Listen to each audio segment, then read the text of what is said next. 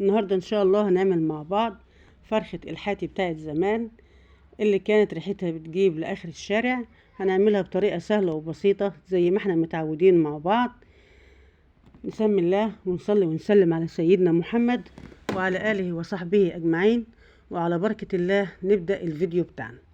أنا معايا فرخة غسلتها وصفتها كده وسبتها لما تصفت خالص، وبصلة ضربتها في الكبة مع قرن فلفل أحمر، نزلت عليها كده بربع معلقة قرفة وربع معلقة زعتر وملح مبهر بالفلفل والحبهان ومعلقة كبيرة سكر. قلبتهم كده مع بعض، وديت الخلطة اللي هنتبل بيها الفرخة من بره وجوه وتحت الجلد وفوق اللحم زي ما هنشوف دلوقتي مع بعض. الطريقة دي سهلة جدا جدا وجميلة. انا بفتح كده اللحم بتاع الفرخة، مش بحب اقطع الجلد، ببقى كده عازلة الجلد عن اللحم وبقطع بعمله بفتحه بالسكينة زي ما انت شايفة بالطريقة دي. هبدأ بقى كده بالخلطة بتاعت التتبيلة اللي انا عملتها، هتبل بها الفرخة كده من تحت الجلد. تتبيلة كده بتدخل في اللحم بتبقى جميلة. معلقة السكر بتديها طعم جميل جدا، وكمان اللون بتاعها. قلبت الفرخة كلها كده وتبلتها زي ما انت شايفة بالطريقة السهلة خالص الجميلة ديت. لا إله إلا أنت سبحانك إني كنت من الظالمين، استغفرك ربي وأتوب إليك، ولا حول ولا قوة إلا بك. وصلى اللهم وسلم على سيدنا محمد وعلى آله وصحبه أجمعين. هنا كده بحط التتبيلة في اللحمة نفسها بتاعت الصدر علشان التتبيلة تدخل فيها كلها. طبعا الفرخة بالتتبيلة دي ممكن تعملها من بالليل للصبح أو تسيبها ساعتين. أنا سبتها ساعة في التتبيلة دي مش أكتر من كده. باقي التتبيلة كده حشيت بيها الفرخة، وهبدأ بقى كده أكتفها علشان أدخلها في الفرن. أنا مولعة الفرن كده عشان يسخن، والجوانح بتاعتها كده همسكها أشبكها كده بعود شيش علشان يمسك الجناح ما يبقاش نازل كده جنب الفرخة. لو عجبك الفيديو يا حبيبتي ما تبخليش باللايك والاشتراك في القناة وتفعيل الجرس ليوصلك كل جديد، وتسيبي تعليق جميل منك يشجعني.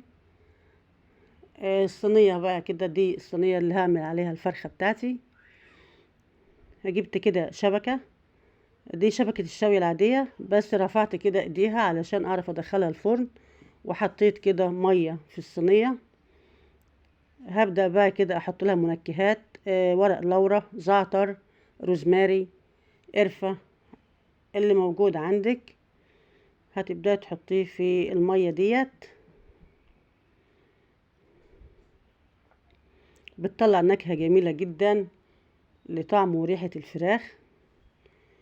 وعندي كمان عود نعناع اخضر كده هحطه فيها مع اللورة والحاجات دي دلوقتي.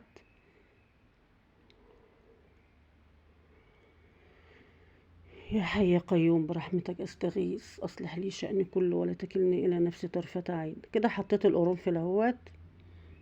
باقي بقى عود النعناع الاخضر اهو كده زي ما انت شايفة. هحط النعناع الاخضر كده كده. بقى اشيل الفرخة بتاعتي واحطها كده على الشبكة،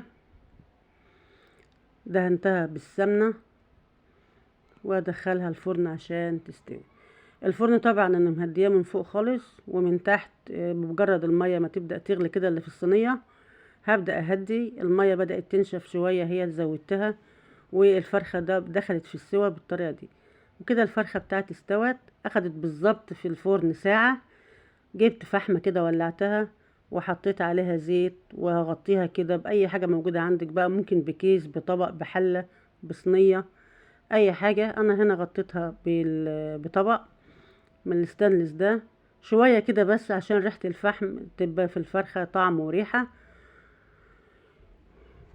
ودي كانت اسهل طريقة لعمل فرخة الحاتي المشوية، نعملها في البيت بطريقة جميلة خالص ومضمونة.